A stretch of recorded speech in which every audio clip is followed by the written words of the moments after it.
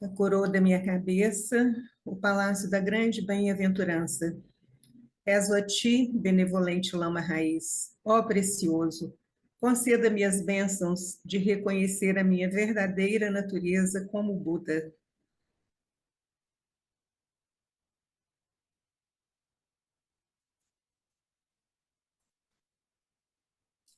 Então, nós estamos lendo o segundo dia do retiro, e então já foi lido Reconhecendo o Potencial do Vazio, Vivendo Plenamente na Ausência de Coisas, isso da parte da manhã, do segundo dia do retiro.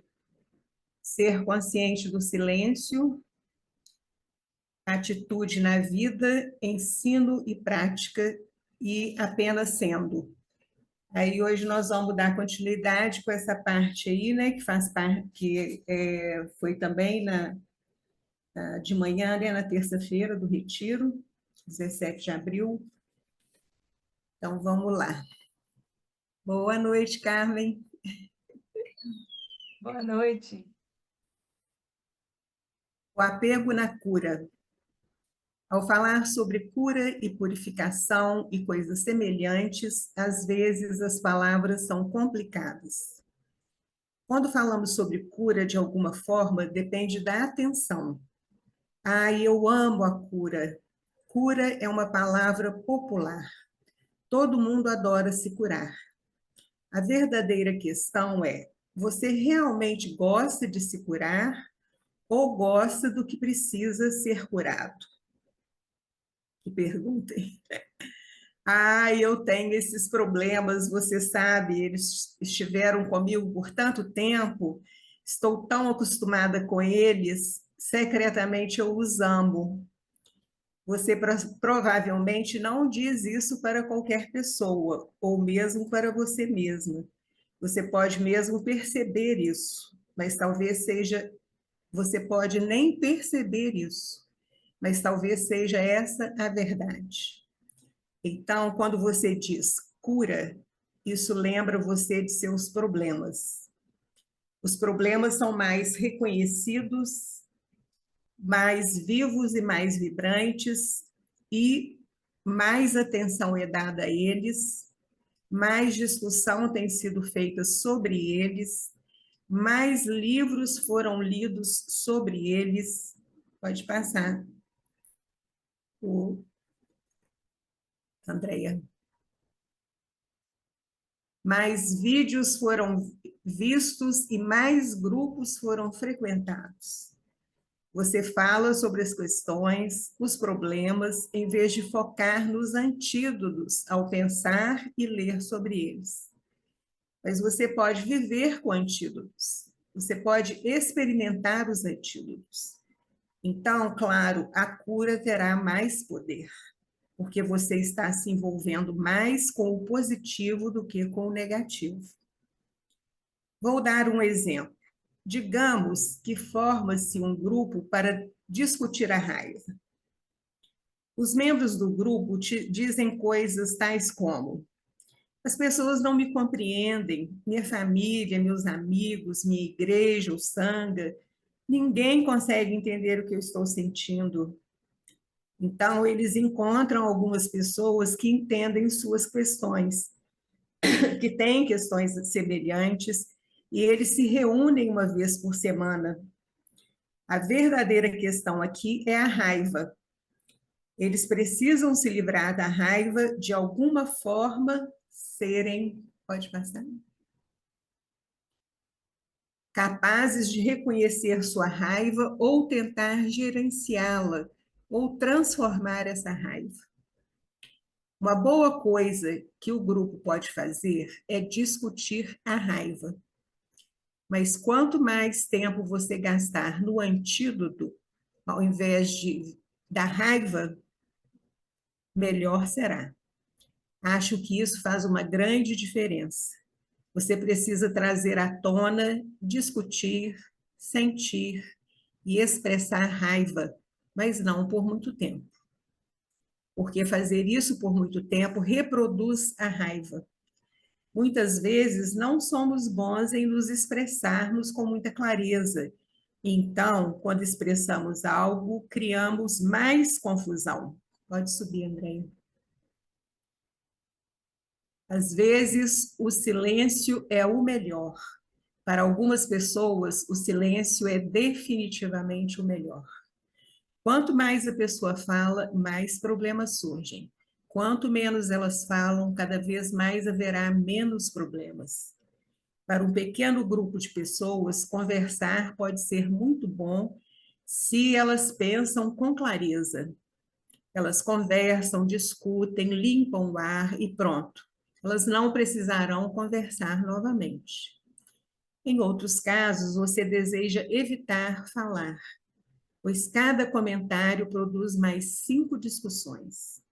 Depois de uma semana, imagine quantas discussões você terá que esclarecer no que se refere à discussão anterior. É garantido que continuará indefinidamente, aumentando as questões e perguntas. Pode ser melhor fazer com que esse grupo se sinta junto e faça né, por algumas horas. Em nome da cura, você está apegado à raiva se você apenas falar, pensar e sentir sua raiva. A cura tornou-se ligada ao seu problema. Neste caso, a raiva e você continuam com isso continuamente. A raiva é apenas um exemplo. Pode passar. Nós podemos estar apegados à raiva ou a outras questões em nome da cura. Precisamos olhar e ver se é isso que está acontecendo. A consciência clara, intenção e força para trabalhar e esclarecer esses problemas, eu acho que essa é uma questão importante. Um participante pergunta para ele, como é que a questão de tentar encontrar a alegria subjacente na ausência de coisas relaciona-se com a ausência de pessoas que morreram? Sentimos maior prazer quando eles existem, mas podemos aproveitar a alegria sem a presença deles? Vou ler de novo, que é uma pergunta, outra pergunta, né?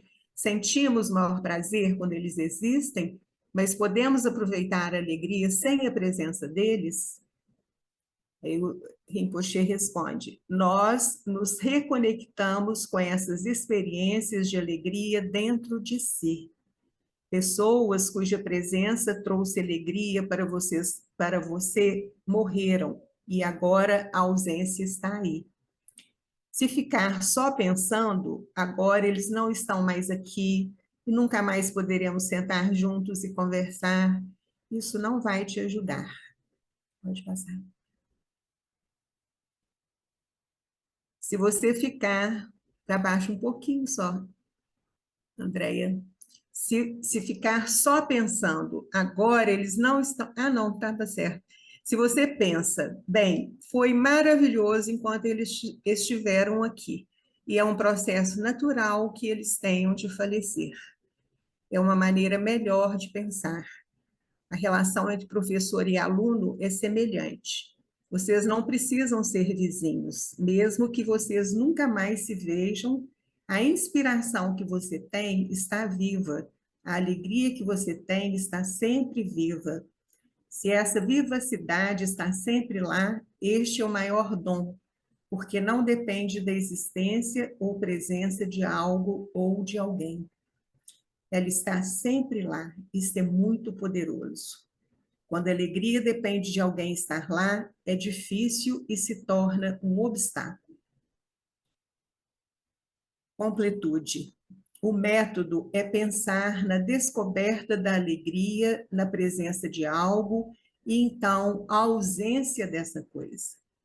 Você realmente não precisa fazer essa técnica se você é capaz de sentir quem você é. Peraí, desculpa.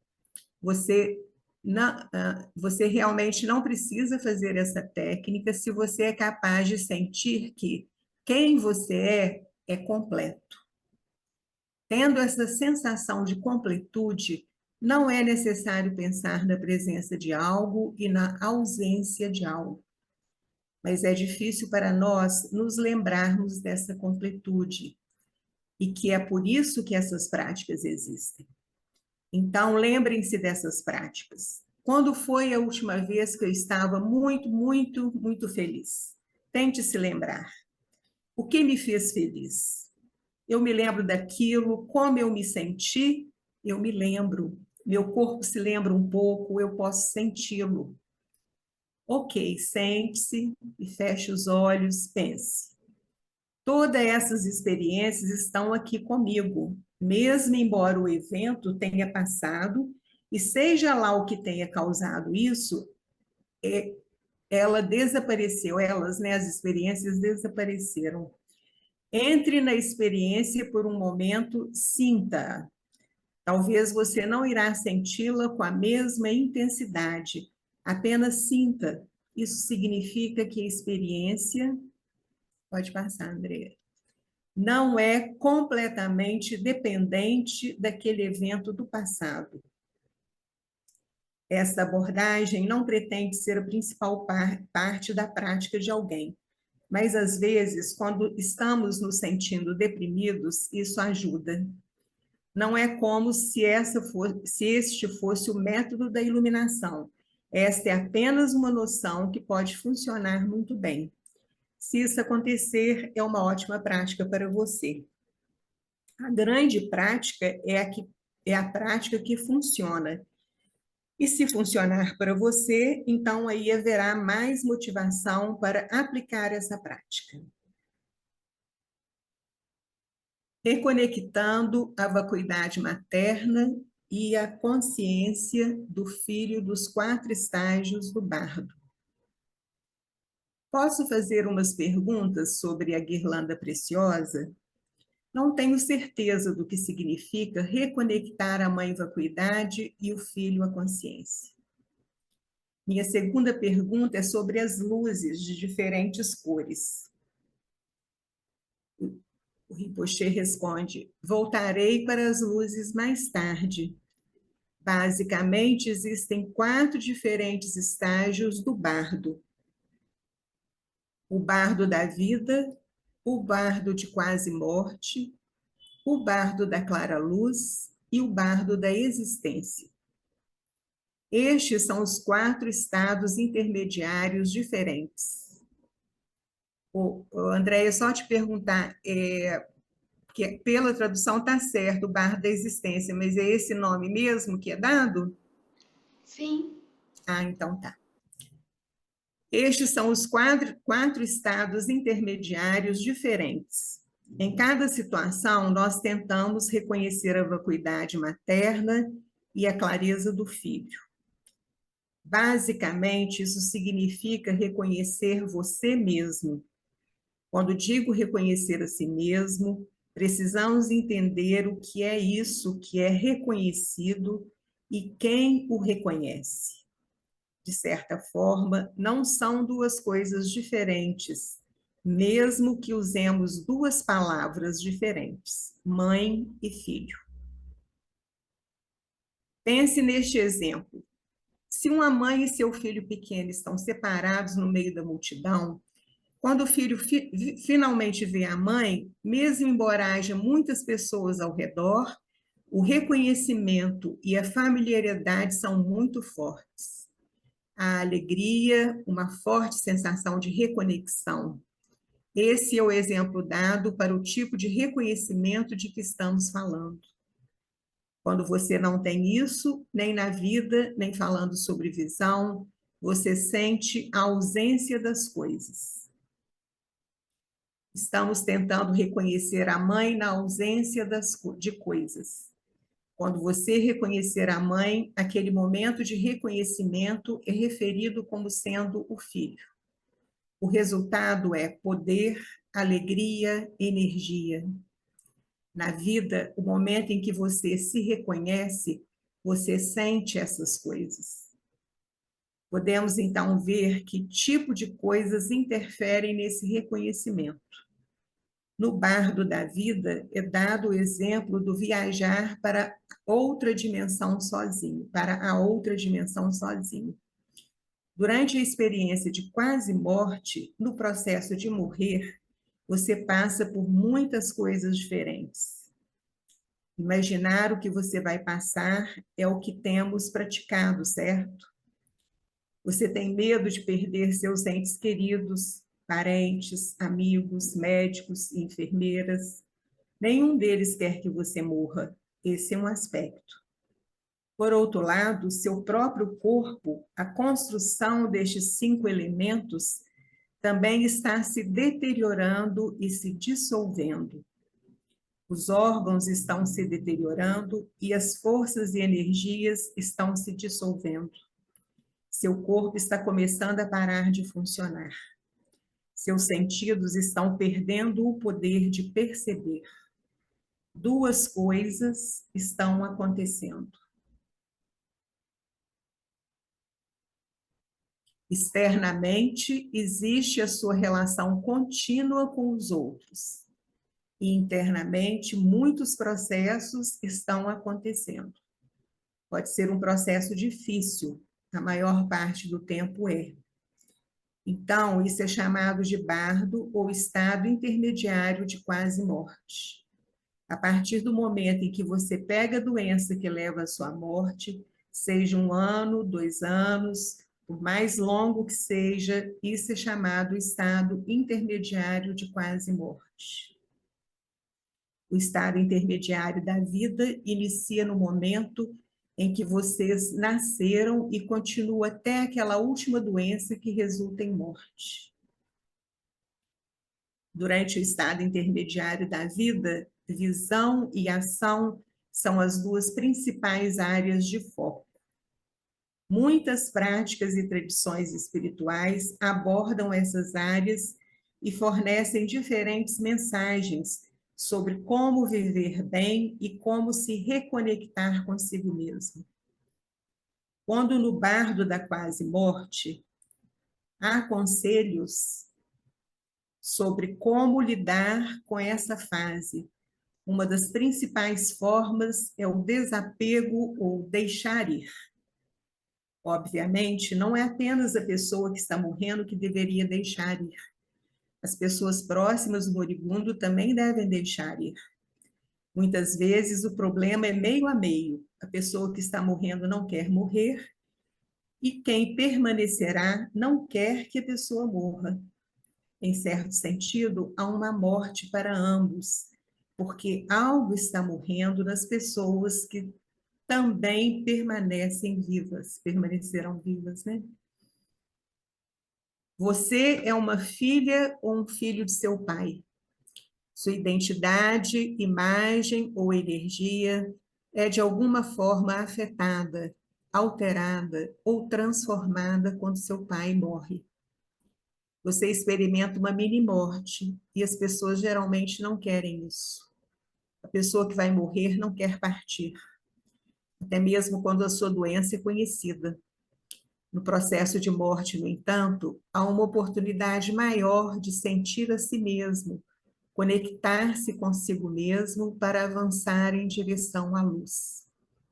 Para pessoas que ainda estão vivas, pode ser uma ótima experiência também, mas o apego, o sofrimento da separação torna isso difícil.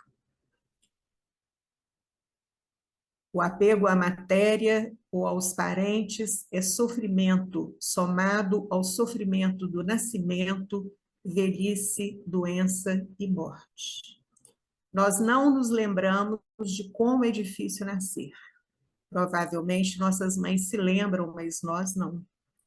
A velhice, especialmente em lugares onde há pouco respeito pelas pessoas mais velhas, não é fácil. Nascimento, velhice, doença e a morte são os 4 sofrimentos básicos que encaramos. Os problemas da morte incluem a falta de familiaridade com o processo da morte, não perceber a própria mente e estar iludido e confuso pelos processos que circundam a morte. A única maneira de ajudar nessa situação é perceber ou reconhecer a si mesmo, para encontrar a conexão e ser menos dependente dos outros, especialmente daqueles com uma sensação de apego material e aos parentes. É importante ser menos dependente dos outros,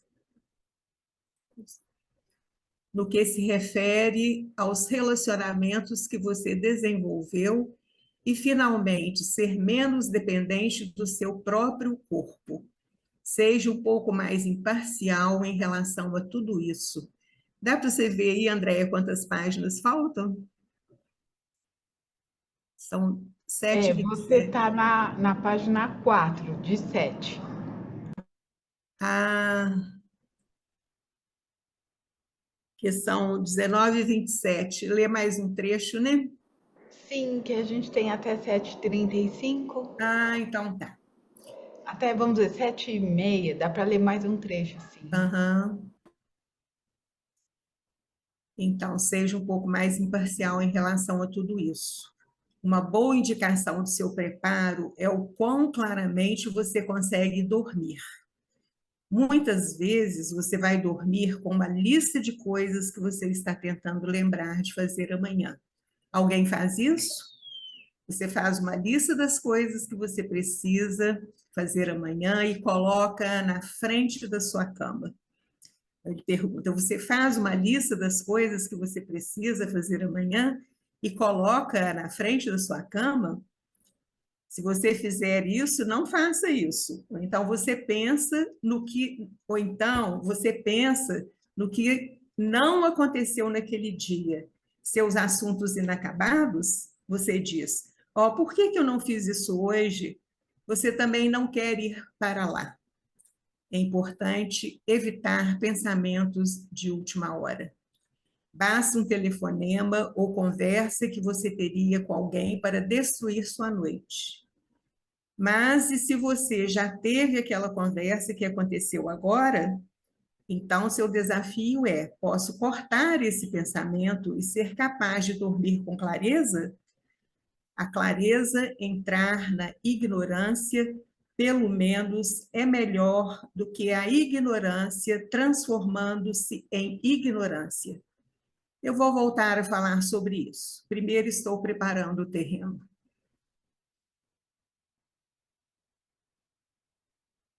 Vocês querem comentar alguma coisa?